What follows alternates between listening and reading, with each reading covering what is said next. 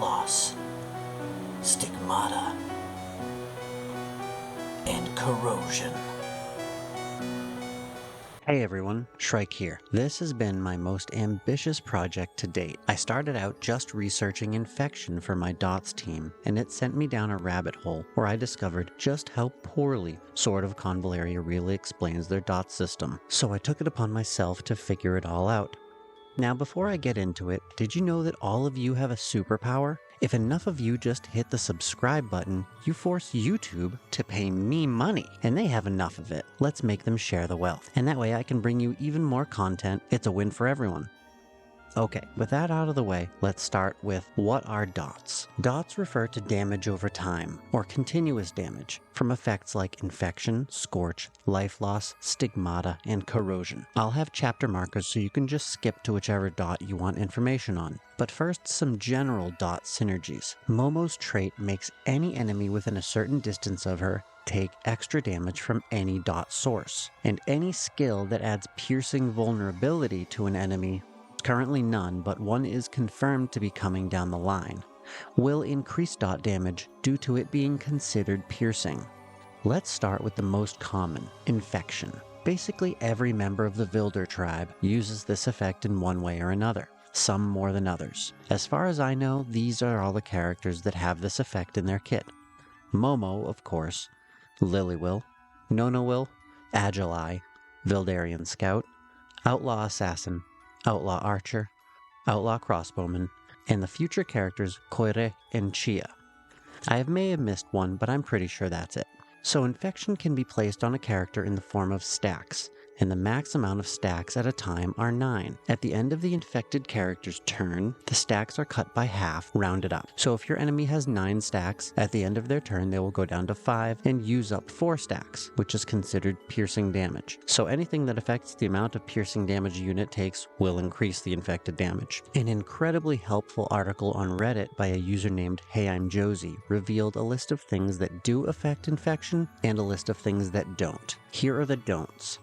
They are not based on Voyager level, not based on a specific character, nor a specific character level, not based on traits, talents, ranks, or unit rarity, not based on attributes except HP, not based on your current HP, not affected by generic damage reduction or increase, not affected by the presence of a shield, and cannot be dodged. And here are the do's. Damage is directly related to max HP. Damage is directly related to infection stack count. Is affected by DOT reduction increase. Is affected by piercing damage reduction increase.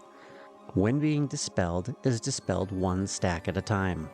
After triggering, stacks are reduced by half, rounded up. Now I'm not a math guy, and after many battles, and asking my nurse wife for help, we still couldn't get a definitive answer on exactly how much each stack of infection takes off. But luckily, Hey I'm Josie had an answer for that too. So, according to her, 1 stack will take off 4% HP, 2 will take off 9, 3 will take 12, 4 will take 18%, 5 will take 26%, 6 will take 36%, 7 will take 46%, 8 will take 58%, and 9 will take 72% damage off. Now even they admit these numbers aren't exact, but they're the closest we can figure out.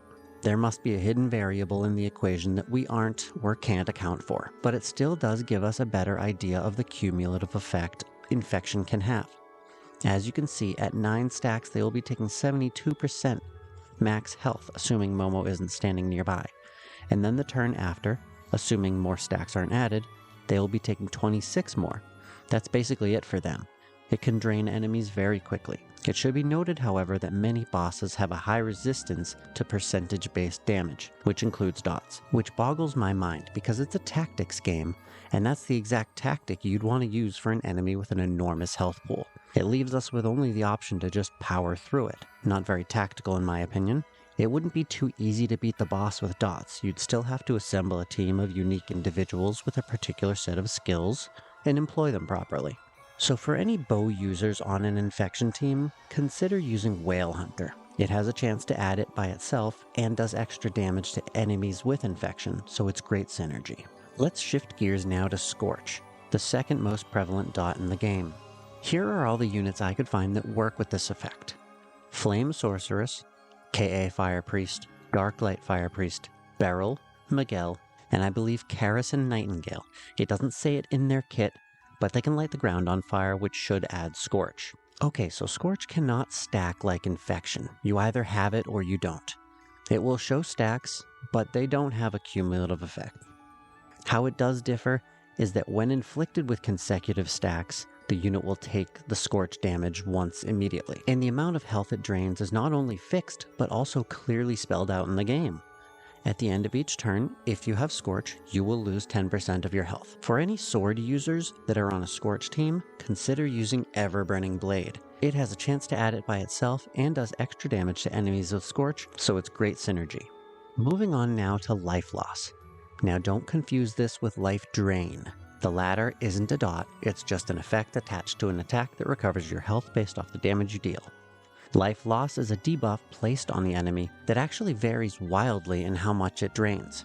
It scales directly off the user's magical attack, so the higher your magical attack, the greater the amount of health the unit inflicted with Life Loss will take. And if a unit has received multiple instances of Life Loss ability, they will list as a separate debuff on the character. As for units in the game that use it, there aren't many, and for those that there are, for the most part, gain that ability through the same skill, Dark Withering. The units are Abyss, Lash, Hasna, and Koire. Koire being the exception, this future character, in addition to being a destroyer, has Life Loss speckled all throughout his kit. In the case of Dark Withering, it does 50% of the caster's magical attack, and with that as the only source in the game so far, you would be forgiven for thinking that that's the standard percentage. But Koire's ability, Conviction, inflicts life loss equal to 100% of his magical attack, so it stands to reason that it could vary by ability. Another place life loss can be found is in some stages of Fool's Journey, as a side effect of stepping on a trigger tile. At the end of the turn, you'll receive 35% life loss. Now on to Stigmata, and you may recognize this one from the Weapons Trial 1 boss. His kit is filled with it, and it's a pain in the neck to deal with. It also appears in the Fool's Journey chapter called Dust, where it's somewhat usable by the player by destroying Luxite towers. Stigmata will deal 5% damage at the end of the turn, and can stack like Infection.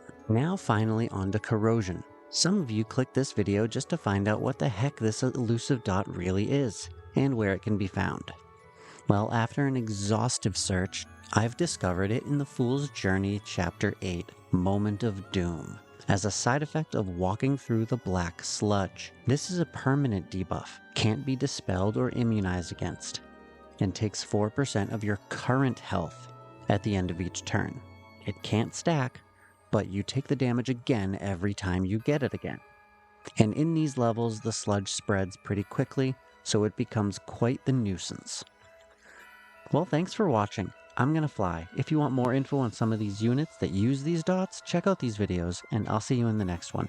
Bye bye.